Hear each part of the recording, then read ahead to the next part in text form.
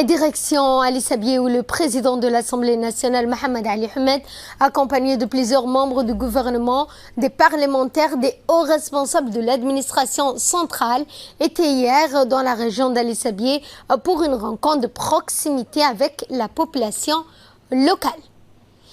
Eh bien, donc, la réunion a vu la participation des autorités régionales, des élus, des notables, des représentants de la population du secteur de Douré.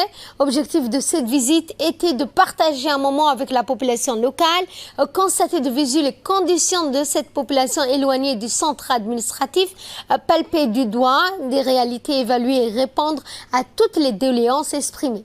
Les différents représentants de la population de cette région d'Ali Sabié ont ensuite tour à tour pris la parole pour exprimer leurs doléances tout en soulignant leur attachement à la paix, la stabilité du pays.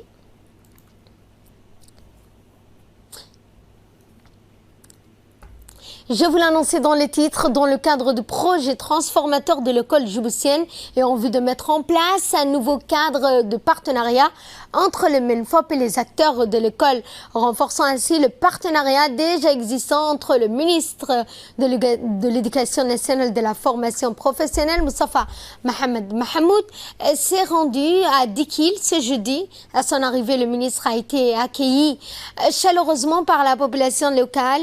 La réunion s'est déroulée dans l'enceinte du conseil régional et a vu la participation des notables, des chefs coutumiers, des représentants des associations, de parents d'élèves, des leaders associatifs et des chefs d'établissement de toute la région de l'unité. Après les interventions des officiels, dont le préfet de Dikil, le président du conseil régional et enfin le ministre de l'Éducation a lancé des débats pour la mise en place d'un nouveau cadre partenariat entre le MENFOP et les acteurs de l'école. Les participants à cette réunion ont pris la parole. Eh bien, les intervenants ont unanimement salué les efforts louables du gouvernement en matière d'éducation. Et dans son intervention, le président du conseil régional a souligné les multiples réalisations du MENFOP dans la région de l'unité qui a vu le jour grâce à la politique éclairée, a-t-il dit, et ambitieuse du chef de l'État Ismaël Omar Guelleh.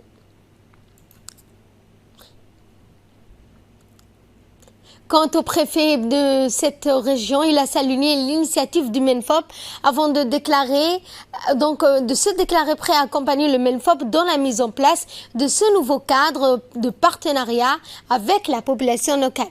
Et il a également mis l'accent dans son allocution sur de nombreuses réalisations du ministère dans la région de l'unité. Et prenant à son tour la parole, le ministre de l'Éducation nationale de la formation professionnelle, Moustapha Mohamed Mahamoud, a tout d'abord rendu hommage à la mémoire de son lointain prédécesseur et ancien ministre de l'Éducation. Je vous propose de suivre son intervention.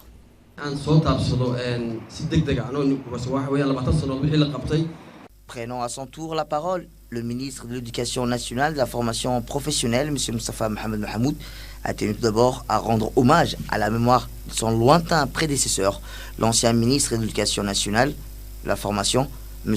Ahmed Guiri Waberi, décédé la veille dans la capitale, et a demandé de lire en sa faveur et à la faveur de tous les personnels du MENFOP décédés au cours de l'année 2020.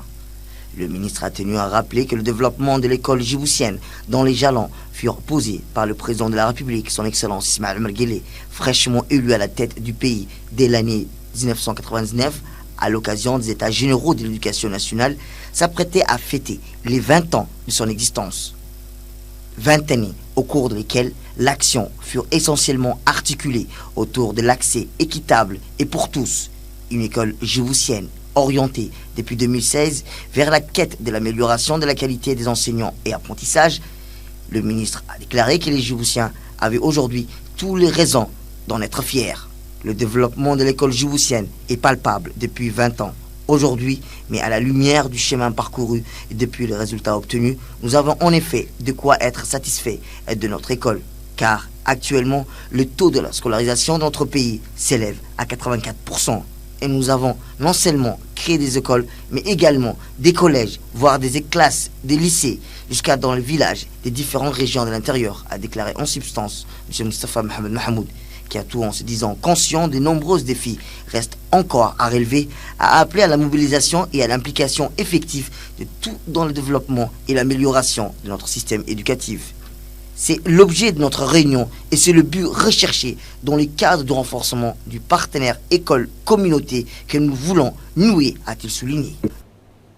Et dans un second volet de son intervention, le ministre de l'Éducation a finalement insisté sur la mise en place de ce nouveau cadre de partenariat qui doit s'appuyer, a-t-il dit, sur le principe de réduction de compte de la proactivité du MENFOP face aux attentes et besoins éducatifs du pays.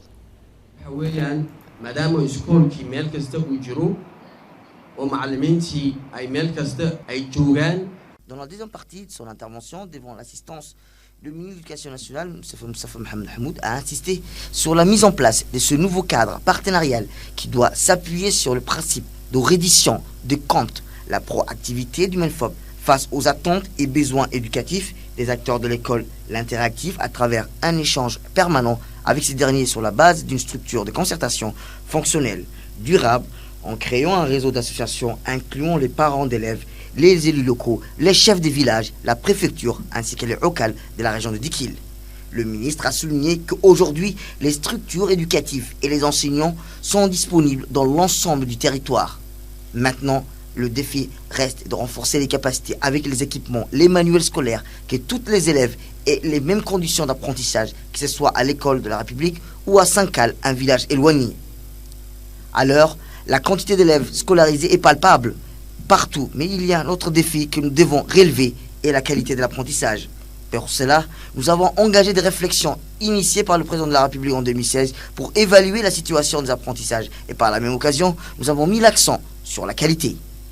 Nous avons commencé à réviser le curricula afin que les enfants djiboutiens bénéficient des mêmes opportunités d'éducation que les enfants des pays développés. Nous avons renforcé l'enseignement des langues, la culture de l'éducation civique et morale ainsi que l'utilisation d'éthique. Autre titre que nous allons développer dans cette édition, eh bien, c'est sous la houlette du ministre des Affaires musulmanes, de la Culture et des Biens Waqf, Moumin Hassan Barre, et l'Association des artistes djiboutiens qui a organisé une assise nationale de haut niveau au Palais du Peuple. Objectif de cette conférence était l'organisation de l'élection du président de l'association, ses proches collaborateurs. Placé sous la présidence du ministre des Affaires musulmanes, de la Culture et des Biens Waqf, la cérémonie a vu la participation des hauts responsables des différents départements de son ministère, parmi lesquels le directeur de la Culture de Ali Hassan, le conseiller technique du ministre des Biens Waqf, Alouane Burhan, l'invité de marque et le poète somalien Hassan Duhul ont participé à cet événement qui s'est déroulé dans la salle du Palais du Peuple. Le doyen des artistes djiboutiens, Aden Farah Samatar, et Hamadou Dabale, accompagné des compositeurs de l'hymne national, M. Abdirrobledi Karchile, le compositeur et musicien Nahari Ali, du musicien Aïdarous Abdi, Ikram Hussein Mahabé, la star du blues Abayazid Ali, le comédien Sangaré. Eh bien, le doyen des artistes du pays, Aden Farah, a été reconduit à son poste de président de l'association des artistes des Djiboutiens, donc, et de son vice-président Hamadou Dabale. Et enfin, le compositeur et musicien Nahari Ali a été élu au poste de deuxième vice-président de l'association des artistes djiboutiens. Place aux animations culturelles, les artistes ont mis l'ambiance conviviale dans l'ensemble de la cérémonie, notamment par des chansons patriotiques.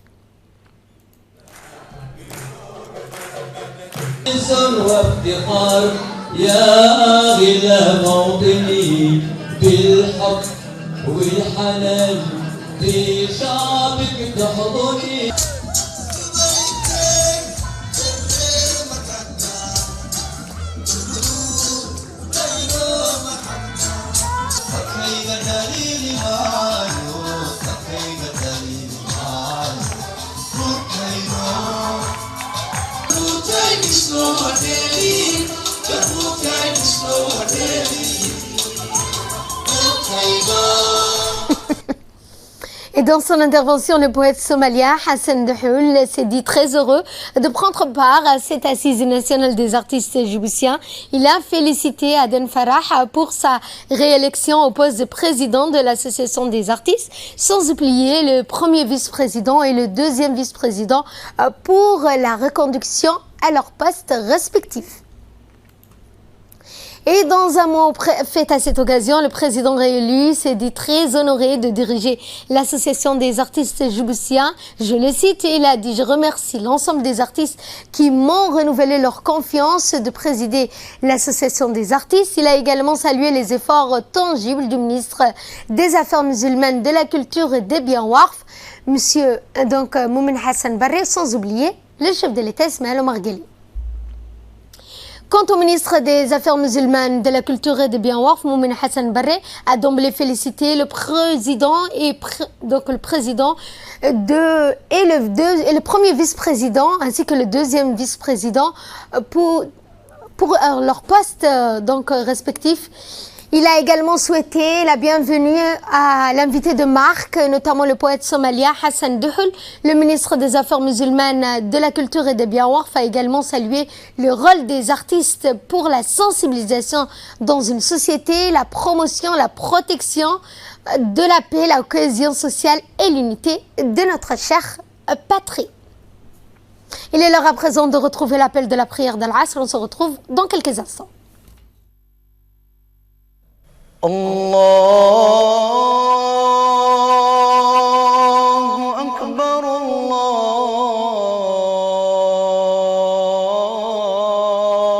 الله أكبر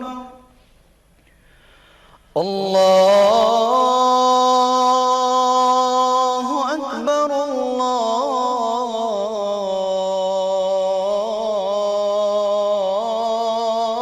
الله أكبر أشهد أن لا إله إلا الله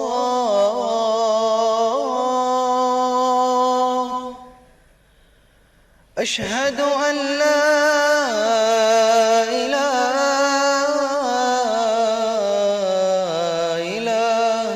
إلا الله أشهد أن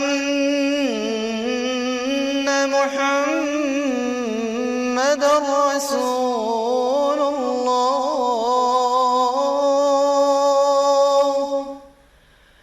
أشهد أن محمد رسول الله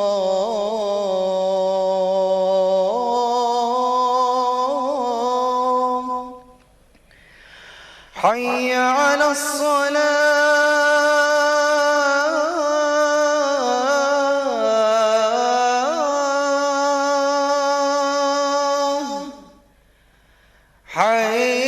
حي على الصلاة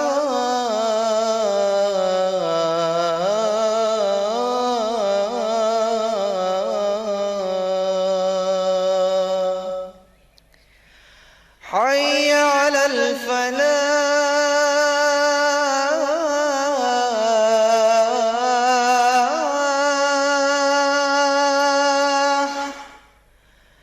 حي على الفلاح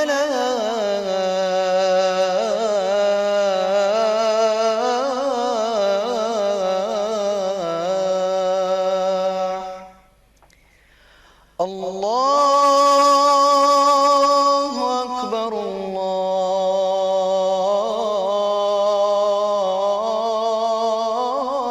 الله أكبر لا